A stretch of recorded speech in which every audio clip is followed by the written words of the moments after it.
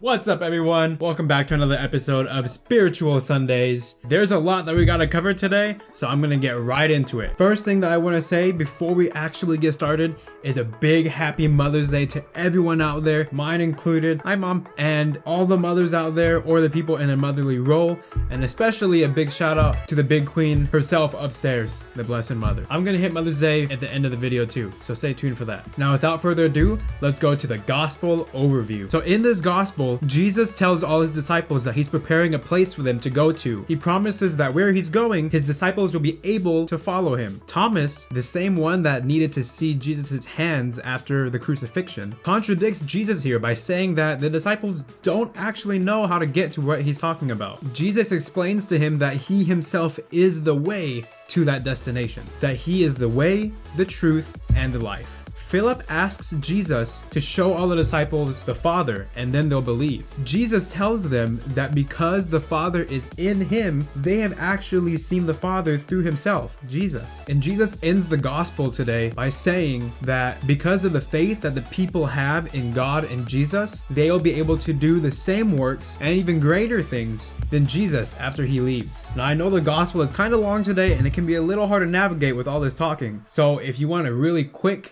and easy way to remember it, this is how I broke it down in my head when I was reading it. Hey Thomas, how you doing? Hey Jesus, what it do? Hey, I'm pimping up my dad's crib for all of us to go slide through later. What do you mean? Show me the way. I am the way. I don't even know who your father is. Show me the Father. What you talking about, Philip? I am the Father. You are the Father. He's in me and I'm in him. If you have faith in me and my dad, you can do what I do and even greater things.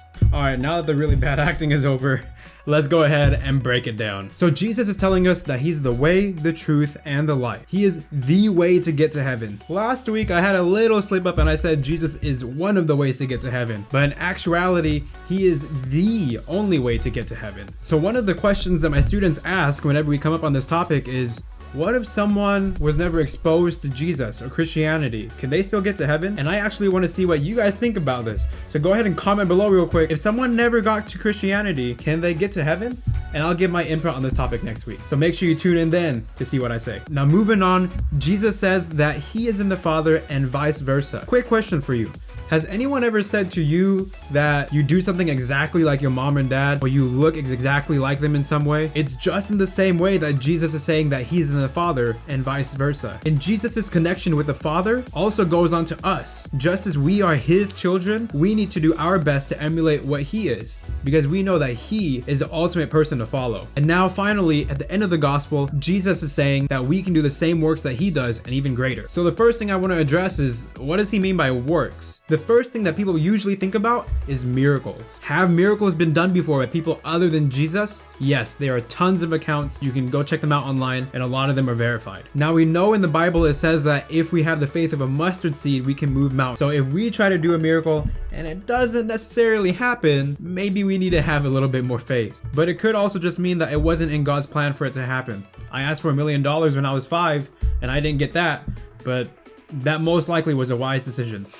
Now, the other definition of work here is not just miracles, but the really big main one is spreading the word of God, spreading the good news. There's many reasons why Jesus performs these miracles, but one of the big reasons is to get people more open about hearing the good news. Now, we as ordinary people can do this work abundantly. We can help spread the good news. This is what Jesus meant when he said that we would do it just like him, and even more so after he left. When he was on earth, he was able to spread Christianity and the good news about the Father to a certain amount of people. After he left, we would carry on that same news and even further throughout the whole globe. That's what Jesus is talking about, and we still carry on that mission today. All right, we've done gospel overview, we broke it down, now let's go life connection. Now, like what was said in the gospel, Jesus is the way, the truth, and the life. When we struggle in life and we need a guide, because we know that Jesus is all of these things, we should always ask ourselves that really old saying that everyone says.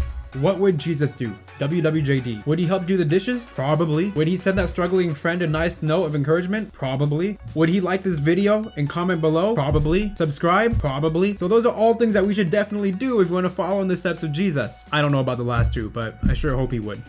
Now, sometimes we don't always know what would Jesus do. It can be a difficult question. So I invite you to also remember remember the first thing that Jesus said in this gospel: do not let your hearts be troubled. When we have harder situations where the answer is not as clear, or when something is out of control, I've turned to that saying to be able to take a deep breath, pause, remember that Jesus has everything under control and he'll take care of everything in the end, and then I take my best shot at the situation, knowing that God is going to take care of everything. Alright you guys, that's it for the gospel lesson this week. Before I end the video, I want to say a huge happy Mother's Day to everyone. This is such a great holiday out of the year. I hope that even though we're in quarantine, you guys are all finding a great way to celebrate your mothers. If you're watching this on Mother's Day and you still haven't had a gift, I hope that you are having luck with finding a last minute gift. One of the things that I've done in the past is getting a handmade gift, and that's something that my mom usually appreciates.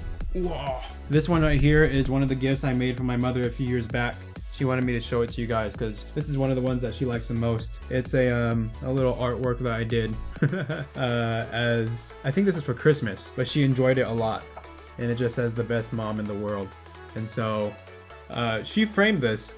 She liked this one a lot. I think sometimes the things that are more sentimental than anything mean the most. So I'm gonna show you guys this real quick. This is my Mother's Day gift for this year. She won't see this video until after she's seen all this. I know it's kind of blurry, but it's like a little collage of all the photos of the family that my mom takes and stuff. We're a close family, and my mom takes a lot of photos, so I think this will mean a lot to her. I put like twine on this like photo frame, and then I taped it to like multiple sides, and then I stuck the photos in between. So if you guys want a suggestion for some year, maybe that'll be something cool to do. When you have some time today or this week, I strongly encourage you to say a nice little prayer for your mom and for anyone in the motherly role, and to say a nice big happy Mother's Day to the big queen herself upstairs, the Blessed Mother. Happy Mother's Day to all the moms. Happy Mother's Day, Blessed Mother. Happy Mother's Day to my mom. Hi mom, I love you. Thank you so much for being such an awesome and wonderful person. Now if you're still watching to this part of the video, my mom always checks the stats on my videos, so it would mean a lot if you could leave a like down below and subscribe. She'd appreciate it a lot. See y'all later on the next episode of Spiritual Sundays. See y'all next time on the next video of Spiritual Sundays. Take care and God bless y'all. Peace. Oh man, this one was, how long was this one off for? It's hot. If you guys are curious about how my setup goes, I have my lights set up right here, and they get kind of warm. And I have my mic, and don't look at my messy table. And then I have recording going, have my notes here. So yeah.